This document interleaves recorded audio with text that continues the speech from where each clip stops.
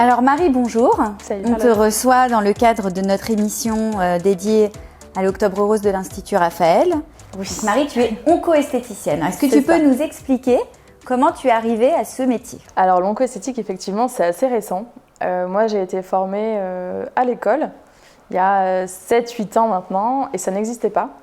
Donc c'est une vraie création des fondateurs de l'Institut Raphaël, dont le docteur Alain Toledano. J'ai été formée avec d'autres esthéticiennes aux soins particuliers de l'onco-esthétique. Donc en fait, ce sont des formations spécifiques au traitement que les patients peuvent recevoir en oncologie, qui du coup viennent remanier un petit peu les protocoles classiques d'esthétique, le savoir-faire et le savoir-être aussi pour les patientes qui ont un cancer. Et donc ça a été le début de la création de l'onco-esthétique. Donc c'est tout récent. Donc toi, tu étais très jeune quand tu as étudié ça. Qu'est-ce qui t'a poussée à...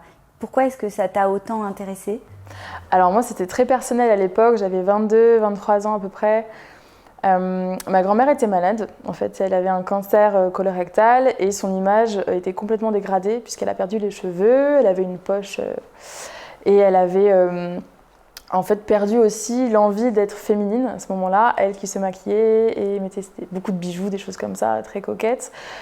Et à l'époque, ce qui m'avait marqué, c'était les témoignages des patientes qui étaient venues pendant cette formation. Et ça a fait complètement écho à mon histoire personnelle. Et moi-même, je me suis dit, c'est vraiment un truc dans lequel j'ai envie de me lancer. Alors qu'avant, j'étais vraiment partie sur le luxe et le produit cosmétique, la beauté plutôt plus classique. D'accord. Alors j'imagine que... alors tu vois des femmes, bien évidemment. Tu as des hommes aussi qui viennent te voir? J'ai beaucoup de femmes, mais j'ai un petit pourcentage d'hommes qui commencent à prendre soin d'eux et à se dire que ce n'est pas que pour les femmes, les soins. Et c'est loin d'être futile en fait, c'est nécessaire pour tout le monde, que le corps soit massé, qu'on retrouve un contact et qu'il soit détendu, relaxé. Donc je peux avoir, 5% d'hommes, mais c'est un début. C'est pas mal. En tout cas, ce qui nous intéresse aujourd'hui, c'est le cancer du sein, parce qu'on est dans le cadre de la prévention avec le mois d'Octobre Rose. Les personnes qui viennent te voir ont pour la plupart un cancer du sein. C'est vrai. Et alors, quelles sont les attitudes à avoir? Quels sont les soins que tu préconises?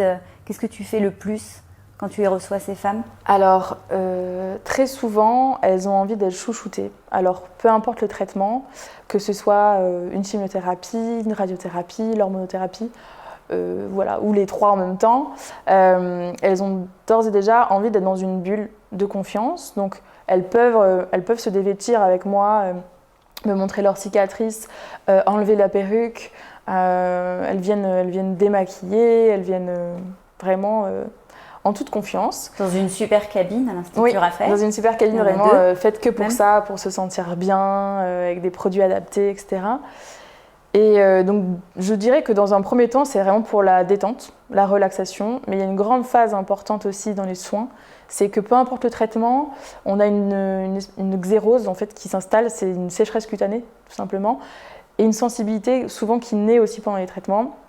Donc, une grande partie de mon travail, ça va être de réhydrater la peau et de l'apaiser. Et quelles sont les zones? Ah oui. Alors, les zones.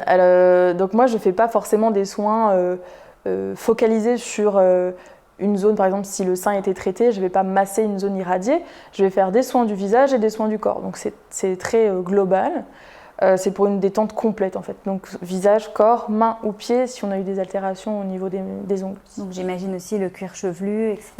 Oui. Crâne compris, cuir chevelu. C'est un moment très intime que tu passes avec les patientes. C'est ça que j'aime, c'est que c'est très intime, c'est unique et c'est des échanges avec chacune pour qu'elle retrouve en fait un bien-être complet, autant physique que psychique. Elles peuvent se livrer, elles peuvent s'abandonner à une détente. Et puis elles peuvent me parler de leurs petits soucis qu'elles n'osent pas forcément aborder à la maison. C'est un combi esthétique psy là? Un peu. Et du coup, est-ce qu'après elles se réapproprient mieux leur corps? Est-ce que tu vois au fur et à mesure des séances une évolution? Est-ce que tu sens qu'elles sont plus à l'aise, moins complexées? C'est ça. Je le sens au fur et à mesure des séances, mais je le sens même dès la première heure de soins en fait. Le premier rendez-vous qui dure donc 1 heure. Elles arrivent, on ne se connaît pas, elles ressortent souvent, heureusement, je l'espère, avec le sourire et elles veulent revenir. Et ça n'a rien à voir. La personne que je reçois la première minute et quand elle me quitte 1 heure après. Métamorphosée. Déjà Il y a eu déjà une bonne évolution et positive dans la confiance en soi. Elle repart avec tous les conseils, avec une peau hydratée qui ne tire plus, qui fait plus mal. Et il y a eu un contact aussi. A priori, dans chaque parcours de soins, elle passe par la case esthétique. Oui, souvent. Ouais. D'où le surbooking c'est un peu ça. de ton agenda.